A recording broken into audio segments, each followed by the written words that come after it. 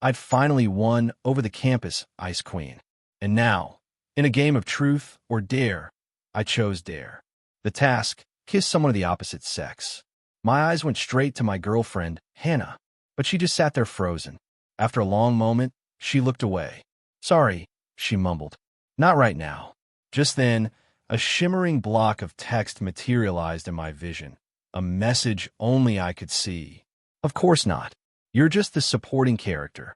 The female lead is still tingling from the little charm the male lead gave her. Her legs are so weak right now, she can barely stand. Now, want to make a scene? I force a shrug. "Okay, whatever.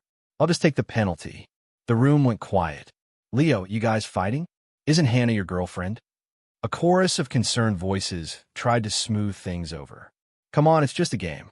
Every couple argues. Just do a shot and move on." Hannah finally looked at me, her eyes flickering with worry and a touch of fear. "Leo, are you mad?" "Nope," I said, my lips tight as I poured myself a shot of whiskey. It wasn't because we were fighting. It was because I'd suddenly seen that message. I now knew the script, and I knew Hannah's heart wasn't entirely mine. Hannah would never agree. Not with the male lead right there. In the next round, the male lead will get a dare and choose her. That's when they'll kiss. The supporting character will just be a clown begging for her attention. Pathetic. She was still technically my girlfriend. She hadn't physically cheated on me. I didn't need to be a jerk and just grab someone else to complete the dare. I downed the penalty shot. Hannah poured herself a full glass. "This is my fault. I'll take the penalty, too." She tilted her head back and finished it in one go. The game continued. On the outside, I looked completely normal, not at all hurt by her rejection. But inside, a bitter, acidic feeling was churning in my stomach. I couldn't focus on the game. My mind kept racing, trying to figure out who the male lead mentioned in the messages could possibly be. Just then, Caleb, a freshman from my department, drew a dare. He timidly raised his hand. My dare is to kiss someone of the opposite sex." His eyes scanned the room before landing on Hannah, looking watery and helpless. "Hannah, you're the only upperclassman I really know here. Could you help me out?" Everyone held their breath. All eyes darted between me and Caleb, waiting for the drama to explode. The text appeared again. Here it comes. The supporting character is about to lose his mind and shove the male lead. The female lead will protect her man and force the supporting character to apologize in front of everyone. He's just the supporting character. The female lead was never actually into him. They'll break up, and the supporting character will threaten to jump off a roof to get her back. She won't even care. My palms went cold. I wasn't about to fly into a rage and attack Caleb in front of everyone, but I desperately wanted to see how Hannah would react. She met Caleb's gaze, her brow furrowed. "I think everyone here knows I have a boyfriend." Caleb, after asking around and getting rejected by everyone else, looked like he was about to cry. "Hannah, I'm allergic to alcohol. If you won't do the dare with me, could you at least take my penalty shot for me?" Hannah's frown deepened. She turned to me. "Leo, it's your call." Another message popped up. She's just making a token gesture. Even if the supporting character says no, she's not going to listen. I clench my fists, forcing myself to stay calm. "Do whatever you want." But deep down, I was praying she'd say no. A flicker of disappointment crossed her face. She picked up Caleb's glass and drained it. It felt like an invisible hand was squeezing my heart, stealing my breath. I tried to reason with myself, to make excuses for her. He's allergic to alcohol. That's the only reason she helped him. Don't be jealous. But the messages reminded me of the truth, like she'd ever let the male lead lose face. Of course not. She's secretly wearing the gift he gave her right now. He was so cute when he gave it to her last night. She's so whipped. My gaze sharpened. A gift from Caleb. I tried to ignore it, but my eyes moved downward against my will. And in the next second, my heart plunged into an icy abyss. There, glinting on her delicate ankle, was a small, unfamiliar silver charm. I felt like I'd been thrown into a frozen lake. My vision blurred. The game kept going, but I had lost all interest. I just wanted to get out of there. The plot spoilers weren't done with me yet. Coming up next, the male lead will draw a dare to take a girl to a hotel. The female lead is a possessive psycho. There's no way she'll tolerate that. If he even dares, she'll make sure he pays for it tonight. Reading that, my nails dug into my palms. Tears threatened to spill over. My cousin Chloe, sitting next to me, noticed something was wrong. She nudged my shoulder. "What's up?" "Nothing," I mumbled, shaking my head. Chloe and I had always been close, but we'd never told anyone at school we were related. Just then, Chloe drew a dare card. The smile vanished from her face. It read, "Take someone of the opposite sex to a hotel and post a check-in confirmation to the group chat." The dare was clearly over the top. The room erupted in hoots and laughter. And another message appeared. "This is the dare the male lead is supposed to get. Because she rejected him earlier, he's going to spitefully pick another girl. She won't be able to stand it and will drag him off to the hotel herself. She's a total Yandere. Her jealousy is insane. The male lead is in for a rough night." Chloe thought the dare was too much and was about to take the penalty. She reached for a glass, but I suddenly grabbed her wrist. "Your stomach bug just cleared up. Don't drink. I'll go with you." She stared at me, stunned. "What?" Before she could object, I pulled at her feet. Chloe has always been protective of me, and though she was confused, she went along with it, letting me lead her out of the room. With everyone watching, I was walking out to take another woman to a hotel, leaving my girlfriend behind. Hannah's eyes widened in shock. She shot up from her seat to follow us. Leo, but Caleb was faster. He stepped in front of her, his eyes red-rimmed. "Hannah, please don't go. You're the only person I know here. I'll be all alone." "The game's not over," he pleaded. "Forget about other people, okay?" A sharp pain lanced through my chest. I didn't stop, didn't slow down, didn't look back. I just kept pulling Chloe toward the door. This isn't right. What is the supporting character doing? What? The female lead pushed the male lead aside to chase him. It must be because the male lead accepted a love letter from another girl. She's just using the supporting character to make him jealous. She's probably just practicing with the supporting character. Got to get some experience, so she can make the male lead happy, right? My stomach dropped. Hannah really had pushed Caleb away and was coming after me. I rushed Chloe to her car. "Go, just drive." She didn't ask any questions. The tires screeched as she pulled away from the curb just moments before Hannah burst out of the building. In the car, I sent Hannah a text. "We're done. Let's break up." Then I blocked her number and deleted her from every app. After it was done, I felt like all the strength had drained out of my body. Chloe glanced over, concerned. "What was that all about? I thought you two were doing great." I fought back tears, not knowing how to explain. All I could manage was a bitter, self-mocking laugh. No reason. I just suddenly don't like her anymore because of the dare. "Yeah." Chloe was silent for a moment. "You chased her for 2 years. Leo, you just want to throw that away." My hand tightened around my phone. She was right. This was Hannah Trent, the goddess I'd spent 2 solid years trying to win over. Not only was she the queen of Northwood University, but she was the sole heir to the Trent family fortune, a future titan of industry. Yet, when it came to our relationship, she was always so reserved, so polite. It was only last night that we'd finally slept together. Even as she lay there completely naked, she'd blushed and asked, "Leo, is this okay?" I've been speechless. What do you think? We're a little past that point. A tear slid down my cheek. So that was it. It was all because the real male lead got a love letter from someone else. She slept with me just to make him jealous. A practice run. The messages had pieced the whole story together for me. I was nothing but the villainous supporting character in their romance novel. Caleb was the hero. He'd save her father's life. Mr. Trent had a sudden heart attack, and Caleb, a pre-med student, had been there to perform CPR and get him to the hospital. When her dad found out they went to the same university, he told Hannah to look out for Caleb. According to the script, after I made a series of pathetic, jealous mistakes, Hannah would feel more and more sorry for Caleb, protecting him and putting him on a pedestal. The more I acted out, the further she would pull away. After graduation, my obsession would spiral.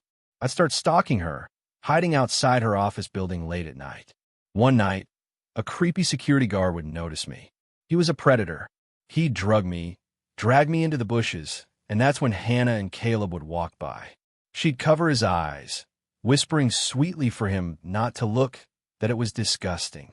That night, Unable to bear the humiliation, I would jump off a bridge and drown myself. Soon after, my parents, crushed by the scandal and grief, would die in a car crash. I couldn't believe it.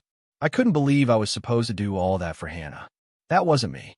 I refused to let that be me. I wasn't going to destroy my entire life over her. Better to cut my losses now before I fell any deeper. Before she could break up with me, I would break up with her. We were done. A clean break. Of course, Chloe and I didn't go to a hotel. We just followed the rules of the dare, photoshopped a check-in confirmation, sent it to the group chat, and then went back to our respective dorms.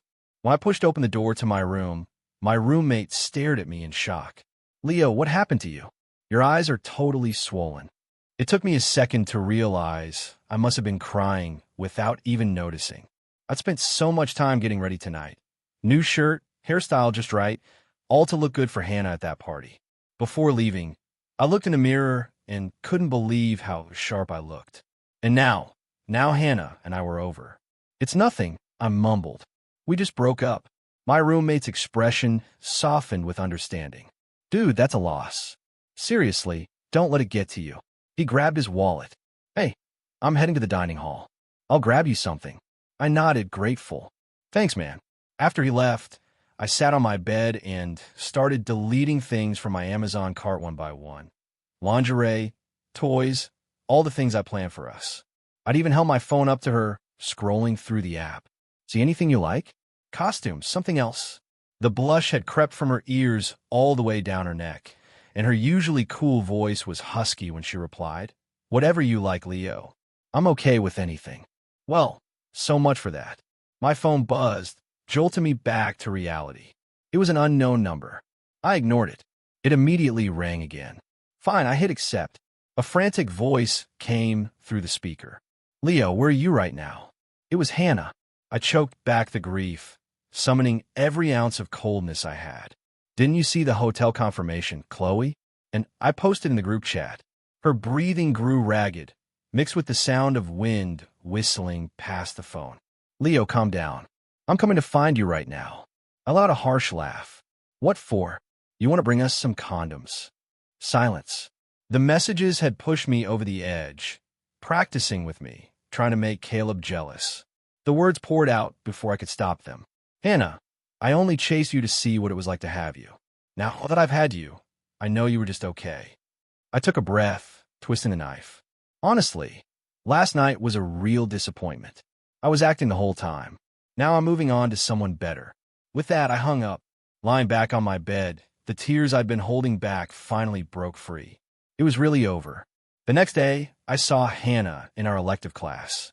I'd only signed up for this stupid modern art history lecture to have an excuse to see her more. I never imagined I'd be in this situation where the decision came back to bite me so hard. Back when we were dating, I never really thought about her family. Now that we were broken up, the reality hit me. Hannah Trent was the kind of person the dean was afraid to piss off. The bell was about to ring when I snuck into the lecture hall, hiding in the back row with my friends.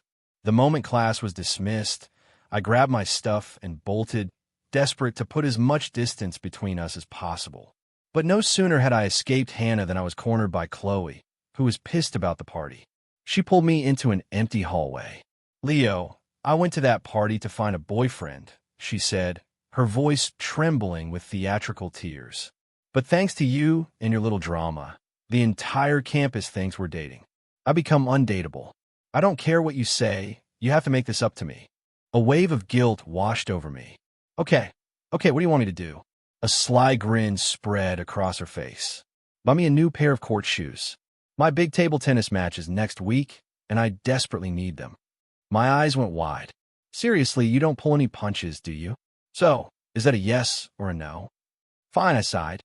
"The table tennis match, right? I'd forgotten about that." I remembered Hannah was in it too. They were playing against each other. Before all this, I'd been stressing over who to cheer for, my cousin or my girlfriend. I'd even been planning on buying Hannah a new pair of shoes for the match. Funny how things worked out. Now, I was buying them for Chloe instead. I didn't have class on Thursday, so I headed to the mall that afternoon. I was in a shoe store snapping pictures of different styles to send to Chloe when I saw two familiar faces. It was Caleb and his buddy Mark. Caleb was holding a coffee and kept glancing in my direction. The moment our eyes met, he quickly looked away and started whispering to Mark, just loud enough for me to hear. Mark played his part perfectly. "Caleb, why are you looking at women's shoes?" Caleb let out a casual laugh. "Remember that dare at the party? The one about taking a girl to a hotel? A friend helped me out a tight spot, so I wanted to thank her. She's got a big match coming up, so I figured I'd get her some new shoes." Mark pointed at the pair Caleb was holding. "Dude, those are expensive. You got the cash for that?" Caleb smirked. "It's fine. I've got this card Hannah's dad gave me. He seems to really like the idea of us hanging out." He shot a pointed, self-satisfied look in my direction. I ignored him, made my choice, and headed for the checkout counter. Just as I was about to pay, Caleb cut right in front of me. "Ring me up first," he said, intentionally bumping my shoulder. He pulled a sleek black card from his pocket and slapped it on the counter. Mark leaned in. "How much is even on that thing?" "At least 10 or 20 times a normal college kid's allowance," Caleb said with a smug grin. "The Trents are generous. They probably already see me as Hannah's future husband." The cashier's expression soured. "Sir, your card has been frozen. Are you sure this is the right one?" The color drained from Caleb's face. "That's impossible. That's the card. Just run it again, or I'll file a complaint." The cashier's frown deepened. "Sir, I'm telling you, this card is frozen. It's not working. Could you please let the next customer pay while you sort this out?" I stepped forward and quickly paid for my items. Caleb stared at me, his eyes filled with hostility. He gritted his teeth and reluctantly paid with his own debit card. Outside the store, he grabbed my arm. "Leo, who are those shoes for? Don't tell me they're for Hannah." A surge of disgust went through me. I yanked my arm free. "Who I buy shoes for is none of your business." Caleb's fake smile vanished, replaced by a look of arrogance and warning. "You'd better stay away from Hannah." Before I could react, he tilted his hand and poured the rest of his iced coffee directly into the open shoebox. The dark brown liquid instantly soaked the pristine white sneakers, ruining them. He then feigned shock, his mouth hanging open. "Oh my God, I'm so sorry." My hand slipped. "It was a total accident." He smirked. "Anyway, you and Hannah are broken up. Don't be pathetic and try to buy her gifts. She'd just be disgusted and throw them away. I'm actually doing you a favor, saving you the embarrassment." He turned to leave with Mark, a triumphant look on his face. Rage exploded in my chest. I couldn't take it anymore. I grabbed him by the collar, my voice a low growl. "Apologize right now." He struggled against my grip, annoyed. "Why should I? I told you it was an accident." I was done talking. I snatched the coffee cup from his hand and dumped its dregs all over the new shoes he had just bought. "You're insane, Leo," Caleb roared. His shout drew the attention of everyone nearby. He immediately started playing the victim, pointing a finger at me. "You went to a hotel with another girl. Can't you just leave Hannah alone? Can't you see she likes me and you're still trying to buy her things? You're pathetic." His loud accusations worked. People started staring at me, whispering and shaking their heads in disapproval. Just then, a sleek white Audi pulled up to the curb. A driver in a black suit respectfully opened the rear door. A girl in a white dress stepped out, radiating an aura of untouchable elegance. Her eyes were cool, her expression distant. She had the kind of presence that could rival any A-list celebrity. My eyes widened. It was Hannah. Mark beamed at Caleb. "Look, Hannah's here to back you up." Caleb's ears turned bright red. "Hey, keep your voice down." Hannah started walking toward them. Caleb hurried forward to meet her, his head bowed in a show of manufactured grief. "Hannah, Leo poured coffee all over the shoes I bought for you. But for my sake, don't be too hard on him. I'm sure he didn't mean it. And it didn't even seem to hear him." She didn't spare him a single glance. Her long legs carried her straight past him, directly toward me. The moment her icy gaze met mine, it softened. A flicker of longing, of deep emotion, broke through her cold facade. Her eyes dropped slightly, and for a second, she looked like a wounded kitten. She moved closer, her voice a low murmur. "Leo, I don't want to break up." I was still holding the bag with the ruined sneakers. Her eyes lit up with a spark of hope. "Are those for me?" I quickly hid the bag behind my back. "No, they're for Chloe. Don't get any ideas." Hannah's face fell. The cool confidence was replaced by a raw, wounded look. She bit her lip, then suddenly grabbed my arm and pulled me toward her car, shoving me inside and slamming the door shut. No one outside could see what was happening. Inside, the air was thick and heavy. Hannah pushed me back against the leather seat, her body trembling with what seemed like a mixture of anger and despair. She leaned in close, her breathing shallow and ragged, her eyes burning into mine. "Leo, are you doing this just to piss me off?" Her voice, usually so calm and controlled, was fraying at the edges. I bit my lip, forcing myself to look her in the eye. "I'm not trying to piss you off. The truth is, I tried you, and I've tried someone better, so I don't want you anymore." Hannah's body went rigid. Her eyes turned red. What does she have that I don't? I forced a cruel smile. She doesn't ask for permission. My voice dropped. She doesn't ask me if it's okay before we start. She knows what she's doing. It feels amazing. Her face went pale. Her voice barely a whisper. "I can learn. I can be better than her. I swear." She was pleading now. "Please don't give up on me so quickly. Please." I couldn't understand it. Was this all part of her plan to use me as practice? The thought just made me angrier. I shoved her away and pulled the silver ring she'd given me from my finger, throwing it onto the car's floor mat. "Anna, just let it go. I chased you for 2 years. I've seen it all. I've done it all, and now I'm bored. I'm tired." I met her stunned gaze. "From now on, we have nothing to do with each other." Hannah stood frozen, staring down at the ring lying on the floor like a piece of trash. Her beautiful eyes were swirling with an emotion I couldn't read.